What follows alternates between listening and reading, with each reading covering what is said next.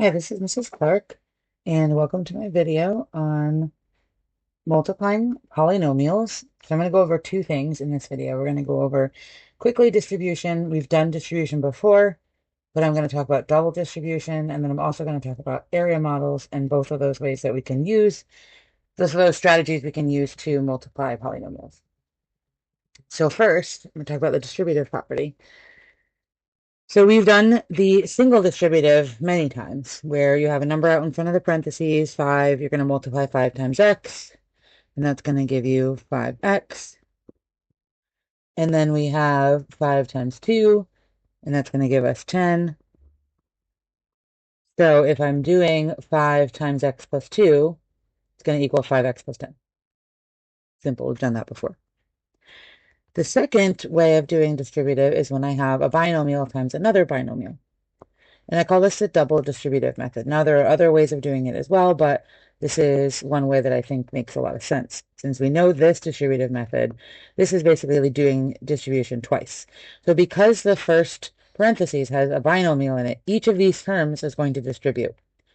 So if we follow this example here, it has this 5, just like we just did. 5 times x, 5 times 2. So we have 5x plus 10.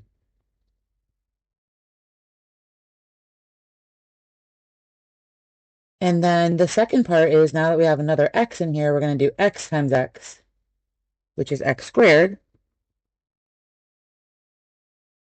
And then x times 2, which is 2x. So if I do it in this order, it's totally fine, but it gets everything kind of all out of order. We're not in standard form. So I want to regroup everything and put the x squared term first, then our x term, then our 10. And if you notice, we have a 5x and we also have a 2x, so we want to combine those. So if I do that, I'll start with x squared, then I'll combine 5x and 2x and get 7x. And then I have my constant term, so plus 10.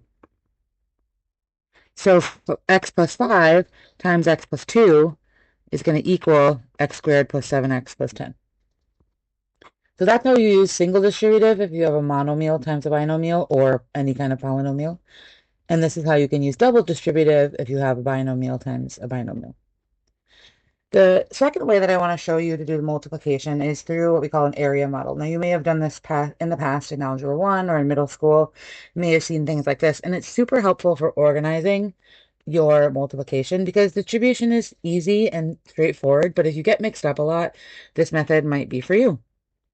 So area models, we can use them, or sometimes it's called the box method, and we use it to multiply polynomials. And so what we do is we multiply the header row by the column row. So you have this row here with a 3. So I'm trying to do the problem 3 times x plus 5. So notice the 3 comes here and labels the row. And x plus 5, each of those terms is going to separate, and x will go on the first box and plus 5 will go on the second box. And so using the area model, what I do is I do the row times the column. So 3 times x will give me 3x, and I put my answer here in the box. And then 3 times positive 5 will give me 15, so I'm going to put that here. So if I want to do 3 times x plus 5, it's going to be 3x plus 15. Very straightforward, very similar to distributive property to get your answer pretty quickly. When you're doing a monomial times a binomial, or even a monomial times a polynomial like we have here, it can be very straightforward, but this can help organize. So if you like to use this, feel free to do it. So I would put my 4x on the row here. And then each of these boxes is going to get a term from the polynomial. So I'm going to put the 2x squared on the top here. Then I'll put minus 3x here. And then I'll put plus 6x on, or sorry, plus 6 on that one. And then you're going to multiply each one individually. So I'm going to do 4x times 2x to the second power. So remember, multiply your coefficients. So 4 times 2 gives me 8. And then x times x squared will actually make us x to the third. And then for the middle one, we're going to do 4x times negative 3x. So I have to do 4 times negative 3, which is negative 12. And then I have to do x times x, which is x squared. And then for the last one, I have to do 4 times 6, which is 24. And then x, there's only an x in this one, so just bring the x along. There's no changing of exponents. So when I go to write it, the boxes were a little bit small, so I didn't write a plus 24x in here, which you can do. But when I go to write it, I need to make sure that there's a symbol between each of the terms. So it starts off as 8x to the third. Because it's negative 12, I'm going to put minus 12x squared. And then this is the positive 24x, so I'm going to put plus 24x. So that's how I use the area model or the box method to do what we did up here with distribution. But the other way of using the box method is to do a problem like this, where you have a binomial times a binomial. So that's what example 3 is going to look like. And so what I do for this one is I take one of the binomials and I split it up and I put x and plus 3 on one side. And I take the other binomial and x and plus 2 and I'm going to split that up and put it on this side. So one of your rows are labeled with one binomial and your columns are labeled with another binomial. And then I'm going to go through and multiply. Each box is going to be whatever I get when I multiply the two things that are touching it. So in this first box, it's x times x. So in here, I'm going to put an x squared. In this box, it's 3 and x, so I'm going to do 3 times x, which is 3x. And you can put plus 3x here if you'd like to. In this column, it's x and positive 2, so that's going to be 2x. And then in this box, it's positive 2 times positive 3, which is going to be positive 6. So I get 4 terms when I do the multiplication. X squared plus 3x plus 2x plus 6, and then I have to combine these x's. So I have x squared plus 5x plus 6.